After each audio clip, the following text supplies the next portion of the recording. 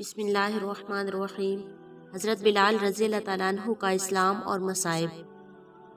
حضرت بلال حبشی رضی اللہ تعالیٰ عنہ مشہور صحابی ہیں جو مسجد نبوی کے ہمیشہ مؤذن رہے۔ شروع میں ایک کافر کے غلام تھے، اسلام لے آئے جس کی وجہ سے طرح طرح کی تکلیفیں دیے جاتے تھے۔ امیہ بن خلف جو مسلمانوں کا سخت ترین دشمن تھا، ان کو سخت گرمی میں دوپہر کے وقت تپتی ہوئی ریت پر سیدھا لٹاتا، ان کے سینہ پر پتھر کی چٹان رکھ دیتا تھا تاکہ وہ حرکت نہ کر سکیں۔ کہتا تھا یا اس حال میں مر جائے یا زندگی چاہیے تو اسلام سے ہٹ جائے، مگر وہ اس حالت میں بھی احد احد کہتے تھے، یعنی معبود ایک ہی ہے۔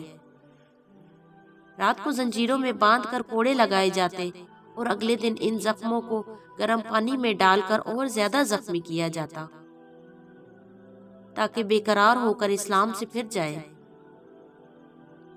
یا تڑپ تڑپ کر اپنی جان دے دے۔ عذاب دینے والے اکتا جاتے، کبھی ابو جہل کا نمبر آتا تو کبھی امیہ بن خلف کا نمبر آتا، کبھی اس کے علاوہ، اور ہر شخص کی یہ کوشش ہوتی کہ تکلیف دینے میں زور ختم کر دے۔ حضرت ابو بکر صدیق رضی اللہ تعالیٰ عنہ نے اس حالت میں دیکھا تو ان کو خرید کر آزاد کر دیا۔ چونکہ عرب کے بت پرست اپنے بتوں کو ہی معبود کہتے تھے، اسی لیے ان کے مقابلہ میں اسلام کی تعلیم توحید کی تھی، جس کی وجہ سے حضرت بلال رضی اللہ تعالیٰ عنہ کی زبان پر ایک ہی ایک کا ورد رہتا۔ یہ تعلق اور عشق کی بات ہے کہ ہم جھوٹی محبتوں میں دیکھتے ہیں کہ جس سے محبت ہو جاتی ہے، اس کا نام لینے میں لطف آتا ہے، بے فائدہ اس کو رٹا جاتا ہے۔ تو اللہ کی محبت کا کیا کہنا، جو دین اور دنیا دونوں جگہ کام آنے والی ہے۔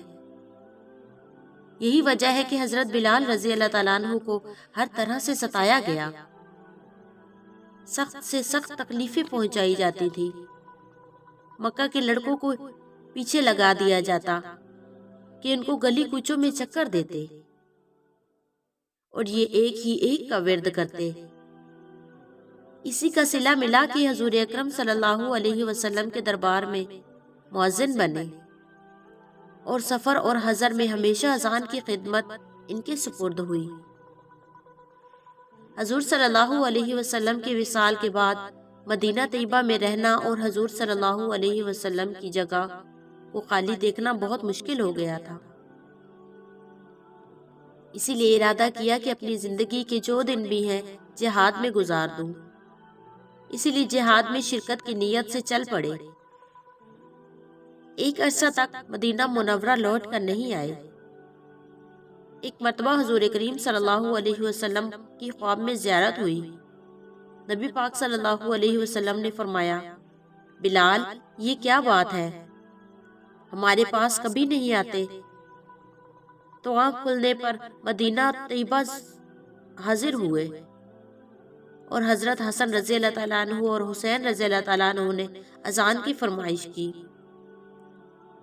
لاڈلوں کی فرمائش ایسی نہیں تھی کہ انکار کی گنجائش ہوتی۔ اذان کہنا شروع کی اور مدینہ طیبہ اور حضور اکرم صلی اللہ علیہ وسلم کے زمانہ کی اذان کانوں میں پڑھ کر کہرام مچ گیا۔ عورتیں تک روتی ہوئی گھر سے باہر نکل پڑی۔ چند روز قیام کے بعد واپس ہوئے اور 20 ہجری کے قریب دمشق میں وصال ہوا۔ واللہ اعلم۔